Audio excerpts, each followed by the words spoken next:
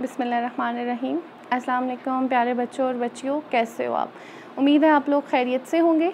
जी तो बच्चों, आप लोग हमने चैप्टर कंप्लीट कर लिया था।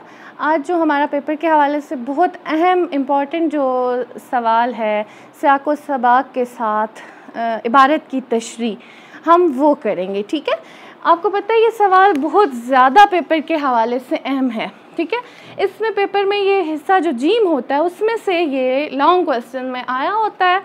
सेकंड ईयर का ये 8 नंबर का सवाल होता है। ठीक है, आपको 2 जुज़ दिए जाते हैं, वो कहीं से भी किसी भी चैप्टर से उठा के वो आपको एक इबारत दे दी जाएगी जिसकी आपने सियाक़ व सबाक़ के साथ तशरीह करनी होगी। ठीक है, तो दोनों में से आपने एक करनी होगी। मैं आज आपको उसका तरीका बताती हूँ। बाकी जाहिर सी बात है वो कहीं से भी आ सकता है, एक्सरसाइज के अंदर से भी कोई इबारत दे सकते हैं या चैप्टर के अंदर से कहीं से भी कोई इबारत दे सकते हैं। तो इसका जो तरीका है बच्चों, आप लोग किताब का सफ़ा नंबर 22 निकाल लें। सफ़ा नंबर 22 पे जो लास्ट पैराग्राफ है, पिछली रात मेरी बीवी के जाड़े से बुखार आया, वो इबारत यहाँ तक गोरे गरीबा में हमेशा के लिए जा सोई तक। ठीक है, ये इबारत है हमारे पास। अब सबसे पहले तो आपको ये पता चल गया कि ये जो सवाल है ये 8 नंबर का होता है।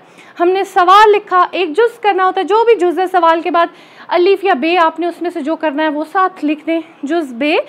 इबारत आपने पूरी, ज़ाहिर सी बात आप पूरी तो नहीं लिख सकते, आप इस तरह से इबारत लिखी, हेडिंग दी इबारत की, ये इस तरह से थोड़े से शुरू के वर्ड्स लिखें, पिछली रात मेरी बीवी के जाड़े से, आगे आप इस तरह से डॉट्स डाल दें। डॉट्स के बाद आप फिर डॉट्स 2-3 लाइनों में डॉट्स डालें और आखिर के हमेशा के लिए जासोई आखिरी जो अल्फाज हैं उस इबारत के वो लिखते हैं। ठीक है, ये हो गया। उसके बाद फिर हवाला मतन होता है ना, दर्जे इबारत की हवाला मतन और सियाक़ व सबाक़ के साथ तशरीह तहरीर करें। तो आपने क्या करना है, फिर उसके बाद हवाला मतन की हेडिंग दी। हवाला मतन आपने इस तरह से सबक का नाम फाका में रोज़ा, मुसन्निफ़ का नाम ख्वाजा हसन निज़ामी, सिन्फ, मज़मून, ये हो गया। ये 1 नंबर इस चीज़ के मिल जाते हैं आपको। ठीक है, ये आपने बिल्कुल ठीक करना है क्योंकि 1 नंबर आपके पास इस हवाला मतन का होता है। फिर आ जाता है सियाक़ व सबाक़। अब सियाक़ व सबाक़ क्या है बच्चों? सियाक़ व सबाक़ के आपके पास 3 नंबर होते हैं। ठीक है, और 6 नंबर आपके पास तशरीह के होते हैं। इसमें से 8 नंबर का वो है, 8 नंबर का है। तो आपके पास 2 नंबर हो गए, 1 नंबर हवाला मतन का हो गया। मैं फर्स्ट ईयर के हिसाब से, क्योंकि फर्स्ट ईयर का ये क्वेश्चन 10 नंबर का होता है, तो सेकंड ईयर का ये क्वेश्चन 8 नंबर का होता है, मैं उस हिसाब से वो बता रही थी। 2 नंबर आपके पास हो गए सियाक़ व सबाक़ के और 5 नंबर फिर आपके पास हो गए तशरीह। 8 नंबर बन गए पूरे सवाल के। अब सियाक़ व सबाक़ क्या होता है? सियाक़ व सबाक़, सियाक़ जो है यानी उस इबारत से पहले जो कुछ सबक में है वो आपने अपने अल्फाज में बताना है। सबाक़, उस इबारत के बाद जो कुछ सबक में है वो आपने अपने अल्फाज में बताना है। सियाक़ यानी कि उस इबारत से पहले जो कुछ भी उस सबक के अंदर है वो आपने अपने अल्फाज में बताना है, और सबाक़, उस इबारत के बाद जो कुछ सबक में है वो आपने अपने अल्फाज में बताना है। और ये कितना होना चाहिए? ये बच्चों तकरीबन 2 पैराग्राफ होने चाहिए, 6-12 लाइनें होनी चाहिए। ठीक है, अब जिस तरह से इस इबारत का सियाक़ व सबाक़ हम कैसे करेंगे, इबारत आपके सामने है। इससे पहले आपने बताना है, जब 1857, एक पैराग्राफ में ये आपने अहम नुकात बता देना है। 1857 की जंग आज़ादी के वक्त दिल्ली जो थी वो तबाह बर्बाद हो गई। ठीक है, तमाम जो दिल्ली तबाह बर्बाद हो गई। बादशाह ज़फ़र को रंगून भेज दिया गया, कैद कर लिया गया, और उससे पहले जो उनके हालात थे, मतलब हर तरफ दिल्ली में रौनक ही रौनक होती थी। मिर्ज़ा बहादुर सलीम जो बहादुर शाह ज़फ़र के भाई थे वो बताते हैं, इस सब जितना भी ये अहवाल है उनके एक भांजे हैं मिर्ज़ा शाह ज़ोर, वो बताते हैं, क्योंकि वो अपने छोटे मामू मिर्ज़ा बहादुर सलीम के साथ होते थे, तो वो बताते हैं कि दिल्ली के जो हालात थे, क्योंकि उन्होंने वो 1857 की जो जंग आज़ादी के हालात थे वो अपनी आंखों से देखे। 1857 की जंग आज़ादी से पहले दिल्ली के जो हालात थे, मस्जिद के दिल्ली की जामा मस्जिद के वो हालात बताते हैं कि हर तरफ रौनक ही रौनक होती थी। उमरा के घरों से, बादशाहों के घरों से सैकड़ों ख़वान अफ्तारी के सजे हुए आते थे। मस्जिद में कहीं हुफ़ाज़ का ग्रोह जो है एक दूसरे को सबक कुरान पाक सुना रहा है, कहीं तिलावत हो रही है, कहीं वज़ाइफ में लोग मशगूल हैं। फिर 1857 की जंग आज़ादी के बाद मस्जिद में कुछ चंद नमाजी जो आते थे, मैले कुचैले पैबंद लगे कपड़े पहन के चंद नमाजी ही आते थे, तो पर फिर भी गनीमत के मस्जिद आबाद थी। फिर मिर्ज़ा शाह ज़ोर अपने हालात व वाक़ियात जो हैं वो बताते हैं कि उन्होंने अपने, जब बहादुर शाह ज़फ़र को रंगून में कैद कर लिया गया तो उन्होंने भी फिर अपने ख़ानदान के साथ में हिजरत की। गोजरों ने उन पे हमला कर दिया, फिर वो मेवातियों के एक गाँव में जाके उन्होंने पनाह ली। ये हो गया सयाक, यानी इबारत से पहले वाला एक पैराग्राफ। फिर आगे इबारत से बाद वाला जो पैराग्राफ है आपने बताना है। फिर उन्होंने उस गांव में पनाह ली। पहले तो कुछ दिन उन गांव वालों ने, मेवातियों ने उनकी मेहमान नवाजी की, ठीक है। फिर मेहमान नवाजी की, फिर उन्होंने उन्हें कहा आप लोग कोई काम धंधा करें। फिर ये जो शहज़ादा और शहज़ादियाँ इन कहा कि आप हमारे खेतों की रखवाली कर दें।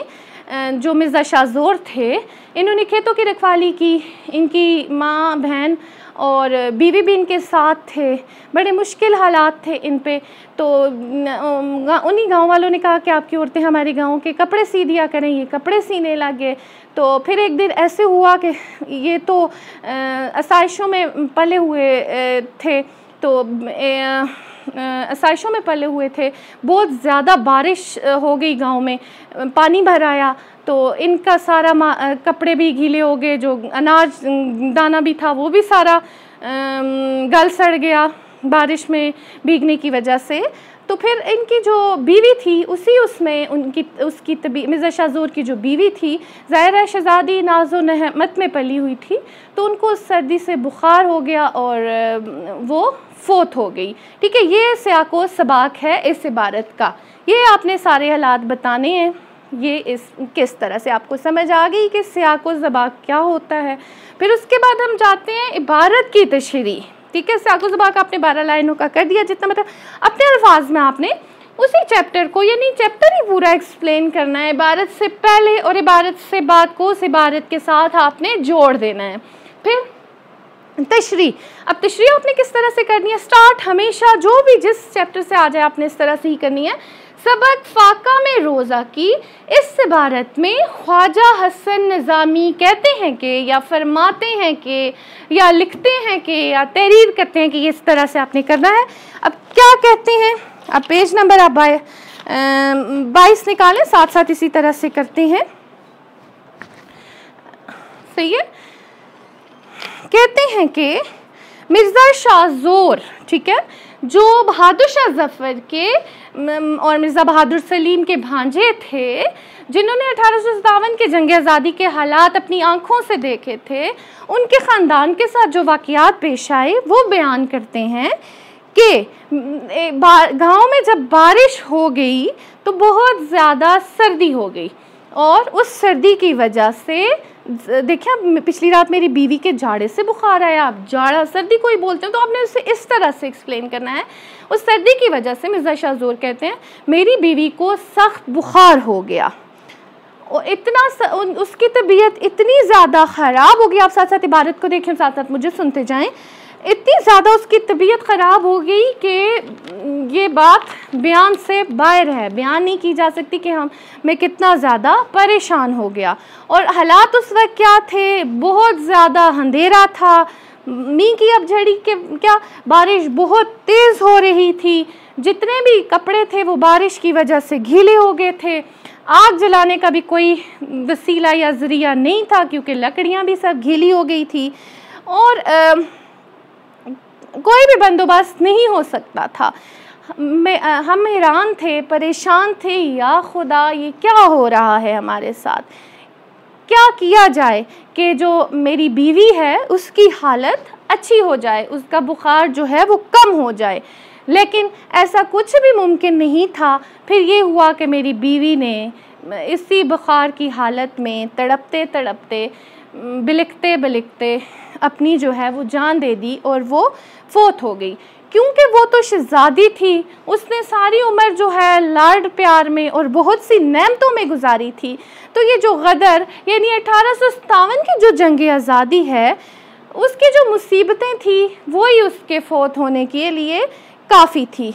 मगर पहले तो वो 1857 की जंग आज़ादी के वक्त, जिस वक्त हम अपने दिल्ली से निकले उस वक्त तो जान बच गई, लेकिन ये बाद की जो मुसीबतें थी वो उसकी जान ना बचा सकी। फिर वो फौत हो गई और सुबह हो गई। जब मेवातियों के गांव वालों को ख़बर हुई, उनको पता चला कि मेरी बीवी फौत हो गई है, तो उन्होंने कफन मंगवा दिया और फिर ये मोहताज गरीब शहज़ादी जो दिल्ली की जो शहज़ादी थी, वो हमेशा के लिए जाकर कब्रिस्तान में दफन हो गई। ठीक, मुख्तसरन ये कि फिर लास्ट में आपने इसी तरह से बता देना है, जो उस इबारत का निचोड़ होगा एक लाइन में आपने बता देना है। मुख्तसरन ये कि ख्वाजा हसन निज़ामी ने इस इबारत में मिर्ज़ा शाह ज़ोर, जो बहादुर शाह ज़फ़र और मिर्ज़ा बहादुर सलीम के भांजे थे, 1857 की जंग आज़ादी के वक्त उनके ख़ानदान के साथ जो हालात व वाक़ियात पेश आए, उनके बारे में इस इबारत में बयान किया है। जी बच्चों, आपको समझ आ गई कि साको सबाक किस तरह से करना है? ये बहुत इंपॉर्टेंट क्वेश्चन है। ठीक है, आप किसी भी चैप्टर से, आप हर चैप्टर से साको सबाक के साथ इबारत की तशरीह, जो पिछले भी 2 चैप्टर गुजर चुके हैं, आप ये प्रैक्टिस किया करें साको सबाक के साथ इबारत की तशरीह करने की। तशरीह का तरीका मैंने आपको बता दिया है, साको सबाक क्या भी आपको पता चल गया, तो आपने इसी तरह से इसकी प्रैक्टिस करनी है। हो गया बच्चों, ये क्वेश्चन भी कंप्लीट हमारा। तो आज के लिए इतना काफ़ी है। ठीक है, ये लॉन्ग क्वेश्चन है, तो फिर इसकी प्लीज़ प्रैक्टिस कीजिएगा, ताकि आपके 8 नंबर का ये क्वेश्चन है तो आप 8 में से 8 ले सकें। ठीक है बच्चों, अपना बहुत ज़्यादा ख्याल रखिएगा। अल्लाह हाफ़िज़।